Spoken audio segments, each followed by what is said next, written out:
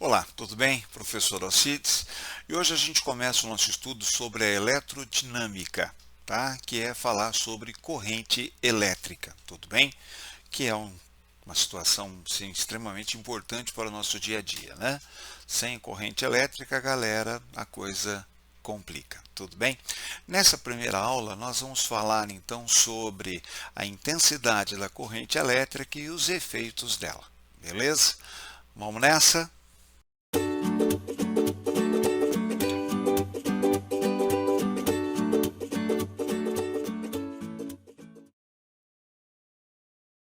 Nós temos aqui, né, já nesse primeiro slide, né, é, torres de transmissão, cabos de transmissão, né, que são graças a essas torres e cabos que estão espalhadas aí pelo Brasil afora, que a gente consegue ter corrente elétrica em nossas casas, né? Corrente essa que, se nós não tivéssemos, gente, seria uma dificuldade bastante grande, né? Conservação de alimentos, preparo de alimentos, né? Aí você tem micro-ondas, batedeira de bolo, liquidificador, né? Vários equipamentos que precisam de corrente elétrica. Aqui, nesse slide, eu estou mostrando para vocês o seguinte, um fio condutor em equilíbrio eletrostático. O que significa um fio condutor em equilíbrio eletrostático? Deixa eu pegar uma canetinha aqui, tá? Estar em equilíbrio eletrostático significa ter todos os pontos do condutor, né, do ponto A ao ponto B, todos eles no mesmo potencial elétrico. Potencial VA seria igual ao potencial VB. Tudo bem? Então não existe diferença de potencial e, portanto, também não existe campo elétrico no interior do condutor. Sem estas coisas, os elétrons ficam em movimento desordenado. Tá? Isso é um fio condutor em equilíbrio eletrostático. O que significa isso?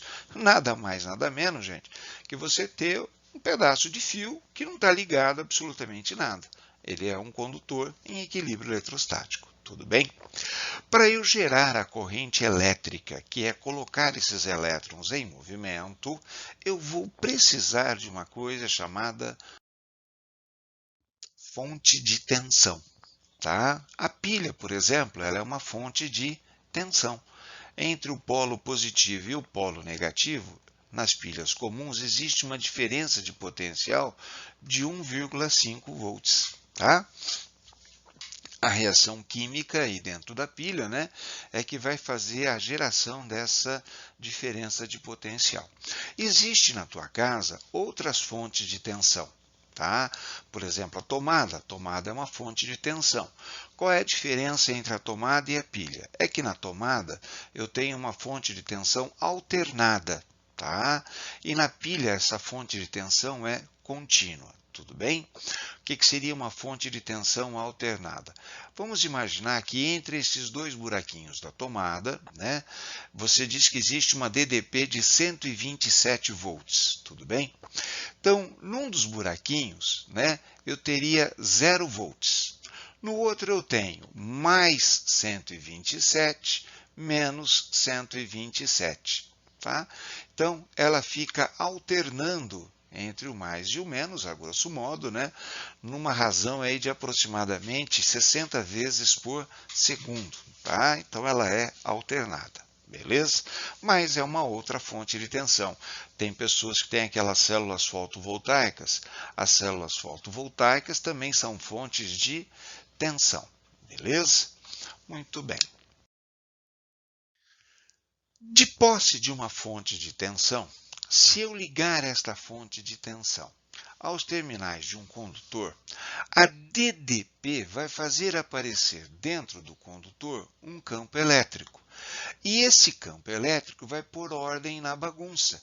E o movimento aleatório das cargas elétricas passaria a ser, a grosso modo, um movimento ordenado, devido à força elétrica que vai aparecer sobre os elétrons. Tudo bem?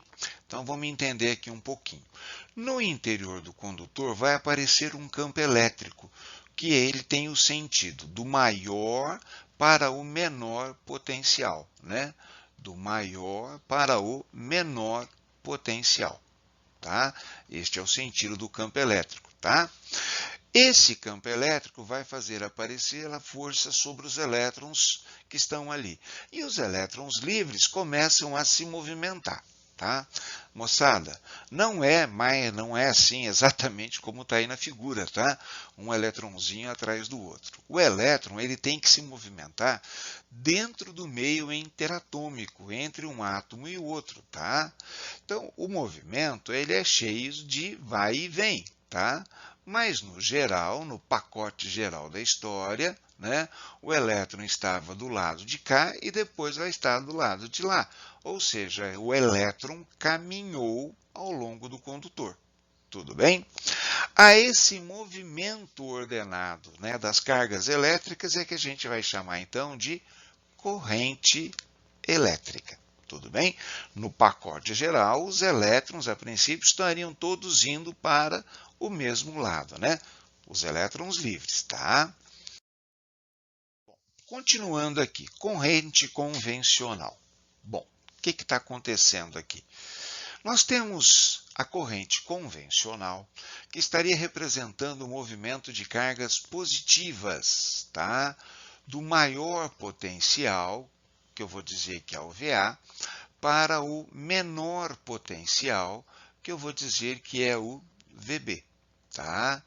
Então, por convenção, é isso. Por que isso? Bom, quando nós efetivamente descobrimos como é que era o átomo, se é que a gente já descobriu, né, realmente, como que é o átomo, se ainda não tem coisa para descobrir, imaginava-se que quem andava seriam as cargas positivas. Aí a gente descobriu o átomo, descobriu que a carga positiva está no núcleo do átomo e que não sai de lá com facilidade, e que os elétrons estão, né, numa camada externa chamada eletrosfera. Tá? Então eu consigo movimentar com mais facilidade os elétrons. E os elétrons caminham também, né, espontaneamente do menor potencial para o maior potencial. Então, ao contrário das cargas positivas, os elétrons iriam de B para A, enquanto as positivas de A para B. Tudo bem? Então, hoje nós sabemos que dentro de um fio metálico, por exemplo, de cobre, quem está andando, na verdade, são os elétrons. A gente chama isso de corrente eletrônica. Tá? Mas nós vamos adotar a corrente convencional. Ah, professor, mas não vai fazer diferença? Não, preste atenção nisso. O potencial VA é maior que o potencial VB. Então, se eu fizer VA menos o VB, o resultado dessa conta é negativo. Se eu fizer VB menos VA, o resultado é positivo. Beleza? Vamos considerar um elétronzinho, né, saindo daqui, tá, e indo para lá. O elétronzinho vai do menor para o maior potencial. Ficou meio apagadinha essa cor, né? Deixa eu pegar um azulzinho mais escuro aqui, ó. O elétronzinho sai daqui e vai para lá. Quem é que está levando esse elétron? A força elétrica. O trabalho da força elétrica para levar o elétron de B até a gente pode calcular fazendo Qzinho que multiplica potencial do ponto de partida, VB, menos o potencial do ponto de chegada, VA.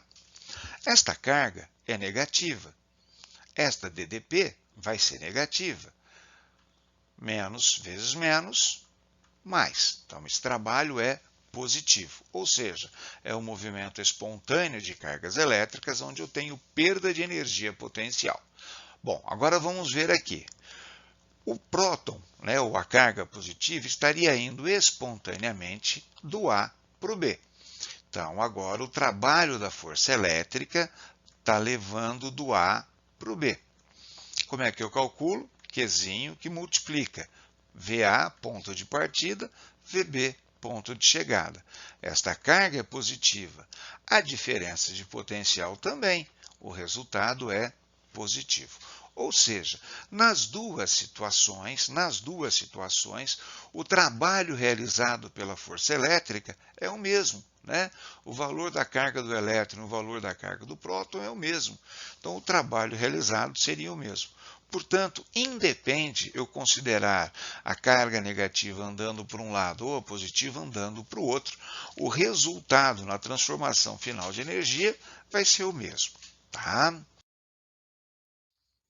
Daí, o que a gente adotou? A gente adotou isso daqui, que o sentido da corrente elétrica convencional, né, é o mesmo do campo elétrico no interior do condutor. E qual é o sentido do campo elétrico no interior do condutor?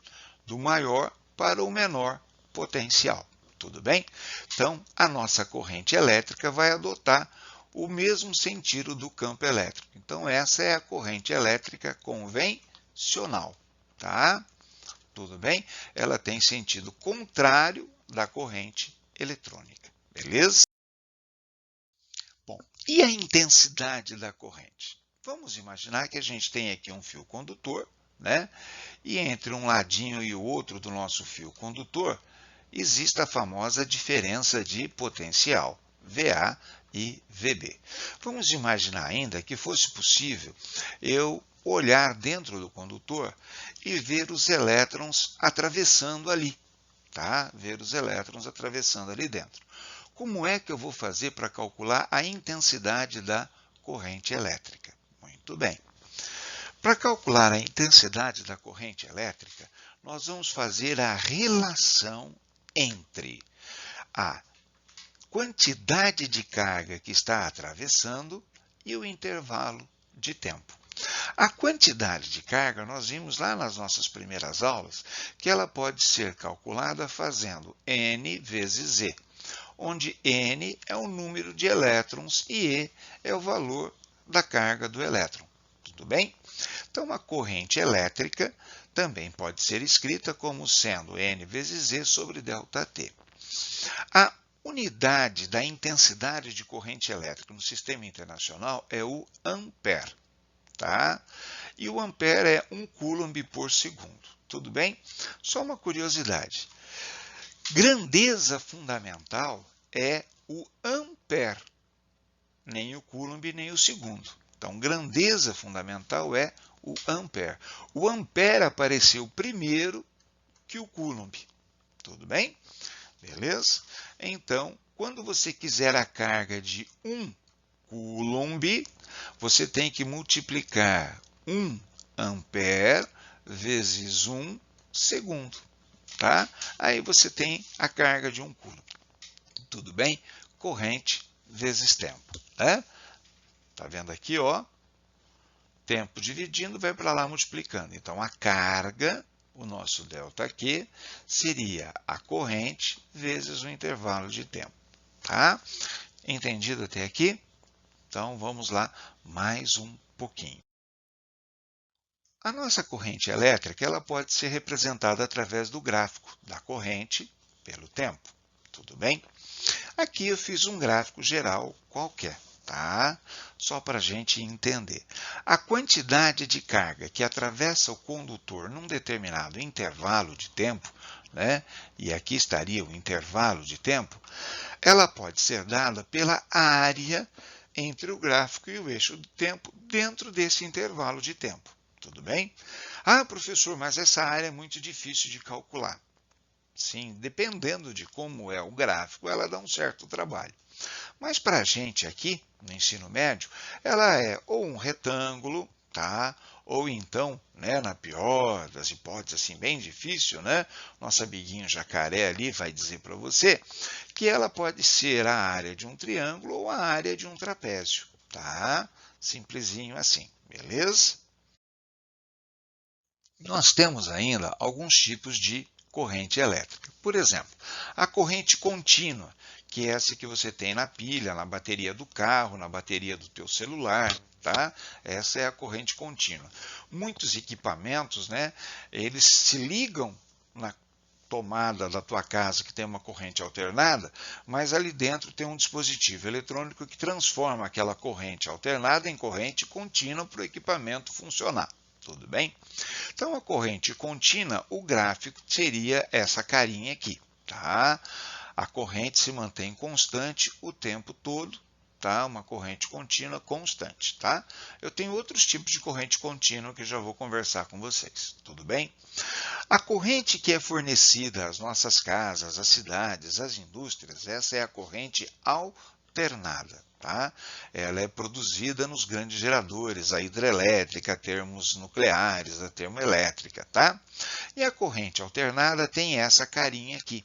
Ela inverte o ciclo a cada 60 vezes, perdão, a cada segundo. Tá? Por isso, 60 Hz. Tudo bem? Existe uma situação, deixa eu pegar uma canetinha vermelha aqui, né, que em alguns dispositivos eletrônicos eu preciso de uma corrente contínua. Aí eu vou fazer um circuito de diodo e ele vai pegar essa corrente alternada e fazer assim com ela, olha. A hora que ela vai mudar o sentido, passar aqui para o lado de baixo, eu inverto e faço passar pelo lado de cima. Isso daqui seria uma corrente contínua pulsante, né? Ela aumenta, diminui, aumenta, diminui, aumenta, diminui, mas sempre no mesmo sentido, tá? Aqui não, aqui tem uma inversão de sentido na corrente, beleza? Pois bem, efeitos da corrente elétrica. Com alguns efeitos você está acostumado, tá? Alguns efeitos talvez sejam novidade. Talvez você não lembre disso, mas um dos efeitos da corrente elétrica é na hidrólise, né? Eu tenho aqui uma solução iônica, passo uma corrente por ela e eu separo o hidrogênio do oxigênio. Outro efeito importante da corrente elétrica, sempre que eu tenho cargas elétricas em movimento, eu tenho campo magnético. Né? E isso é a base para o funcionamento de motores elétricos. Né? É a base do funcionamento de motores elétricos que você usa onde na tua casa? Motor da geladeira, liquidificador, batedeira de bolo, secador de cabelo, né? E assim por diante. Tá? Então, tem uma função importante para a gente. Tá? Iluminação. Né? A corrente elétrica atravessando, né, alguns gases rarefeitos, ela vai produzir uma luminosidade, tá? A gente também tem a corrente elétrica, né, produzindo calor, tá? Isso daqui eu estou transformando energia elétrica em energia térmica, né? Você usa isso ali na sanduicheira, na panela elétrica, tá?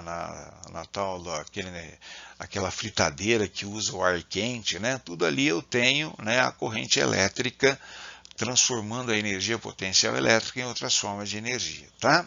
Então, esse também é um efeito térmico da corrente elétrica, né? E, lógico, né, não poderia faltar o efeito fisiológico, que é o choque elétrico. A corrente elétrica produz na gente contração muscular. E, gente, esse é um troço bastante perigoso, tá? A contração muscular, ela é perigosa. Dependendo da situação, da intensidade, né? Você fica preso, você não tem força para você soltar a mão da fiação, tá? Você vai ficar ligado ali e você não vai ter como soltar a mão da fiação. Você fica preso ali. Tudo bem? Tá aí, moçada. Não esquece que a gente ama vocês, tá? E até a nossa próxima aula, o nosso próximo encontro, onde nós vamos estar falando de potência e resistores.